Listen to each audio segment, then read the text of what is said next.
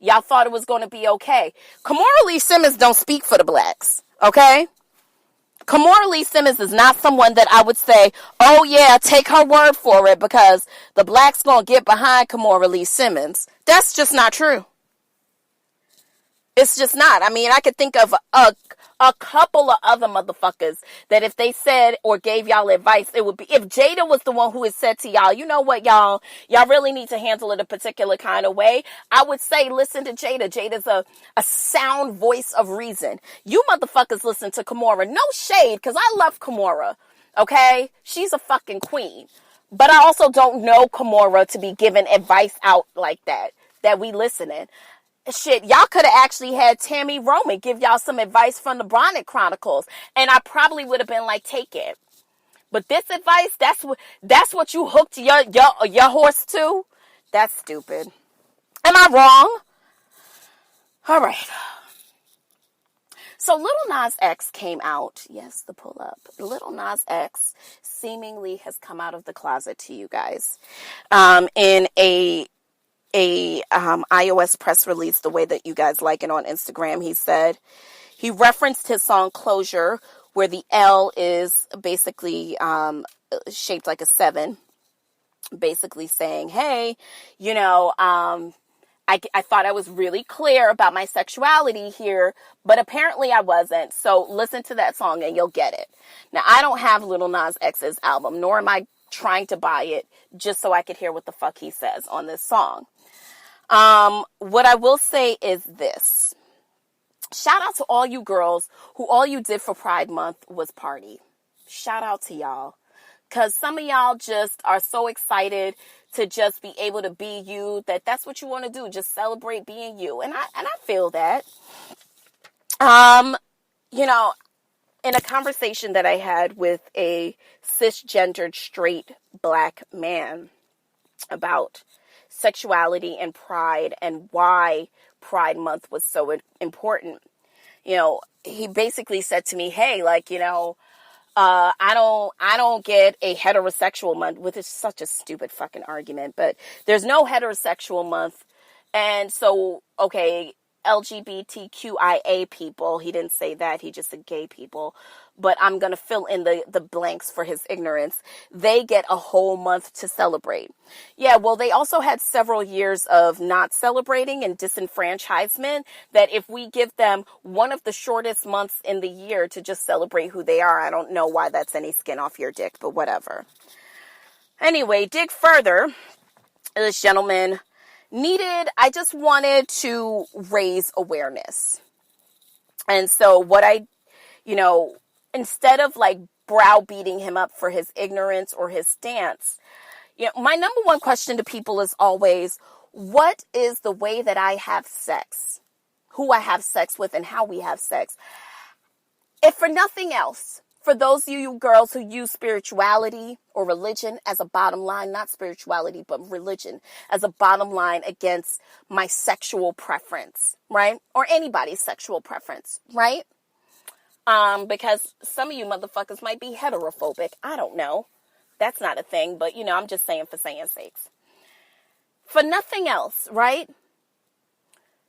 When I meet my maker, number one, here's the thing. We are all individually yoked, right? So when I go to meet my maker, I will not be atoning or answering for anything that you did. I won't. I will only be talking to my maker about me because that is all he's going to care about. In my mind, that's how I feel, right? So why the fuck do I care about who you're sleeping with and how y'all sleeping together? Why does that bother you so much? Why are you so bothered? And furthermore, I think that what bothers people the most is seeing the level of pride. You know what? Even as a young girl, one of the things I admired about gay people, or at least the gay people that I knew, was their uncanny ability to be their truest self. It was like they were their selves times 10. They were the most exciting. They were the most smart. They were the most hilarious. They dressed. Everything was just exponentially beyond, you know, because they had an understanding of who they were. And it seemed as though the more that the outside didn't understand who they were, the more they understood who they were. And they walked in that. And I've always felt like that is what people are afraid of. The month of June is not just to be celebrated because of sexuality. The month of June is to be celebrated because of pride. Do you know why the LGBTQI&A community has chosen pride as the word that is most synonymous with their movement? Because it is about a positive stance against discrimination or violence. It's the promotional idea of self-affirmation. It doesn't stand for anything. It's not an acronym for anything. It's about dignity. It's about equality. It's about rights. It's about increasing the visibility of a social group. To me, if there's anything that I learn from my gay brothers and trans brothers and sisters and my gay sisters, is that there's nothing wrong with wanting to increase the visibility, of your group. You want to be seen. You want to have an impact. And that is what I've always admired about the rainbow flag community. The equality, the search for equality, the ability to walk in the dignity of who you are. I think that there are a lot of disenfranchised groups, even the African American group, that can learn from there is a pride that exists there. And it doesn't matter if you think that the men are too effeminate or that the women are too masculine or that this person shouldn't be choosing what their sex is, or this person feels like a woman inside, so why shouldn't they be a fucking woman? It's not just about that. It's not about the big gay fêtes that happen and the parties that are all over the place and who had the best name brand outfit on. It is, and that's not shade, but that's tea. What it is about is a feeling of pleasure associated with the achievement of a group that would otherwise not have access to that feeling of achievement. So I don't leave pride for just the month of June.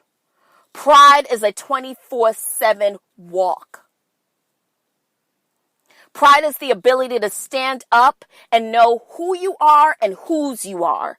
And that has nothing, the limits there are just not your sexual orientation or your sexual preference. All of us could stand to learn from our rainbow brothers and sisters about pride. I thank you guys for listening. This has been another fantastic episode. I can't wait to get with you next week. I love you. Thank you for listening. Peace! The podcast you just heard was made using Anchor. Ever thought about making your own podcast?